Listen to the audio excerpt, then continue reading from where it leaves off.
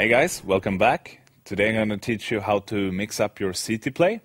Normally, when you play a CT, you just have your positions and you stand there trying to flash out and kill the terrorist who's coming towards you. But what you want to do is try to mix in some aggressive rounds. Especially if you have a good AWP player, you want to have him running around the map, taking shots depending on where his spawn position is. Or you can have some M4 guys smoking away somewhere and going aggressive there. Especially on like D2, you can smoke in the double doors and go aggressive in the hallways and try to boost there or do something creative.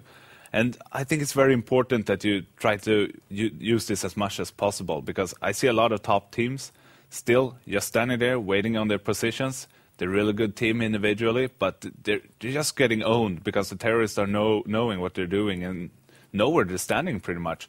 So to try to disturb the terrorist play, just try to go aggressive, 1 or 2 or 3 rounds per game. I mean, it's not a lot of rounds that you have to do it, but the terrorist, if you do it in the beginning, will always have to remember it, and they're going to be a lot more passive than they normally would. So I'm going to show you a few examples here of people playing aggressive and how good it can be. What we see here is Kugu from MIBR playing on Inferno as CT. And we can see him going wherever he's spawning. If he's spawning towards the banana, he's going out there. As you can see here, going out the banana, waiting for the enemies to come. And there, taking a shot and falling back. And the same goes for when he has a middle spawn, towards the middle directly, trying to pick somebody off here. As soon as he's taken his first shot or nobody is showing up, he's falling back towards the vault, standing there.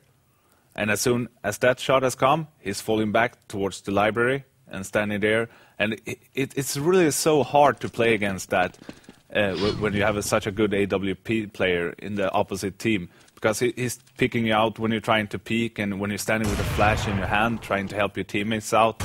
And as soon as you're coming up the middle, he's there again, taking a shot, falling back.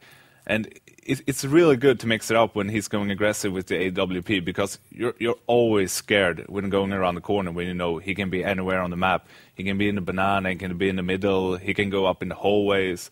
It's really, really tough to play against if you have a good player like that. And I recommend all the teams who have a good AWP player in the team to do that. What we see here is in the CPL final that we played, it's Fisker who's going aggressive in the middle up the dark hallways.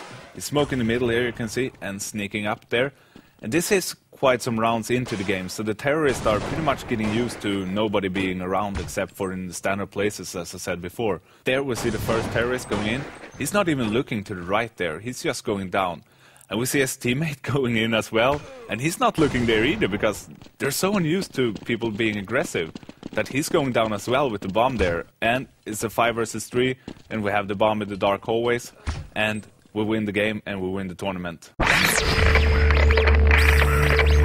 Here's another clip of DSN with AWP on Dust 2. We can see him here, going aggressive long, waiting for the T's to come out. And no one is coming there, so his teammates are flashing into the house for him.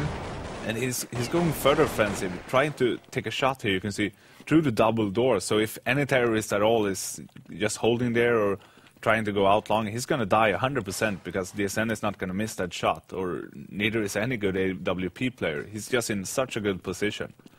And unfortunately for him, nobody's peeking there, so he decides to fall back. You can see here, he's running towards the middle, holding both the middle and the stairs from his AWP position.